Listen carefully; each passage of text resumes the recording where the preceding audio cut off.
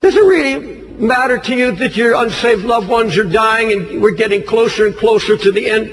Does it really concern you? They could die and go to hell. Even though you're a lover of Christ. Where's the anguish? Where are the tears? Where's the mourning? Where's the fasting? Closer than that? Does it matter about the Jerusalem that's in our own hearts? But one of the really sad things about this moment right now is that there are hundreds of you in this crowd who do not want your life to make a difference. All you want is to be liked. Maybe finish school, get a good job,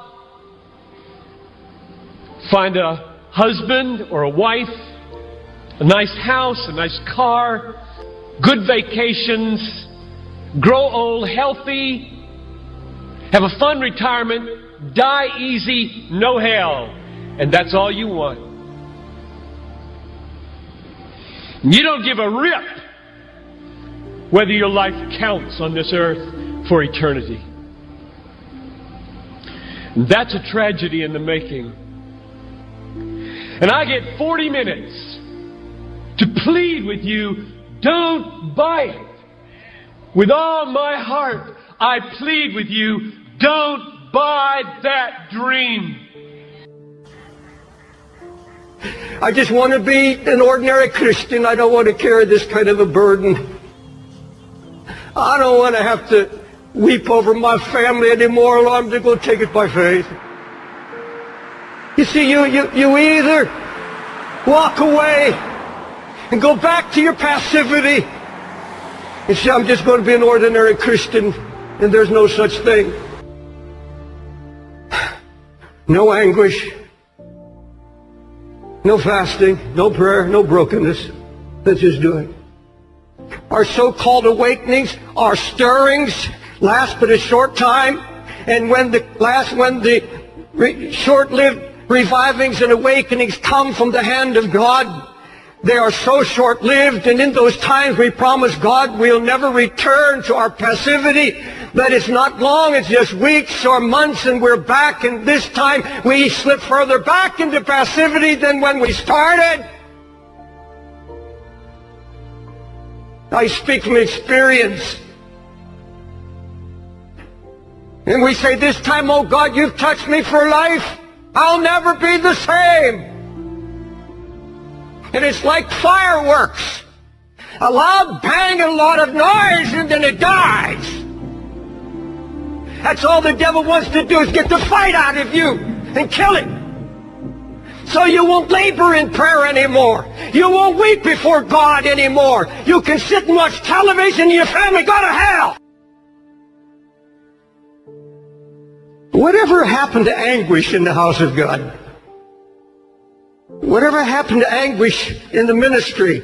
It's a word you don't hear in this pampered age. You don't hear it. Anguish means extreme pain and distress. The emotion so stirred that it becomes painful. Acute, deeply felt inner pain because of conditions about you, in you or around you. Anguish, deep pain, deep sorrow, agony of God's heart. A true prayer life begins at the place of anguish, a place where lifetime decisions are made. You see, if you set your heart to pray, God's going to come and start sharing His heart with you. He's going to open up His heart, and I'll tell you, there's pain in His heart. But He sees, and so few to hear. He's going to show you the condition of His church. He's going to show you the condition of your own heart. And He's going to ask you a question. What is it to you? What is it? Why didn't God use them in restoration? Why didn't they have a word? Because there was no sign of anguish. No weeping. Not a word of prayer. It's all ruin. If it has not been borne by the Holy Spirit, where when you saw and heard of the ruin, that drove you to your knees, took you down into a baptism of anguish where you began to pray and seek God. Then finally coming for street rallies here in the city and walk in the streets and then wind up on 42nd Street and see them selling a kind of heroin would kill you. Say, I've got the good stuff, it'll kill you. And I remember breaking down, and it didn't matter the crowds going by. I sat on a fire hydrant tape on the side of a building and wept. And I was in anguish. I was in anguish 4 blocks from here on Broadway, weeping and crying and wailing. I wasn't looking for a ministry.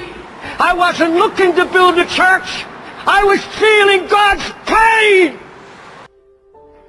for a lost city. And I've never had anything that's been any worth to God in my 50 years that wasn't born in agony. Never. Never.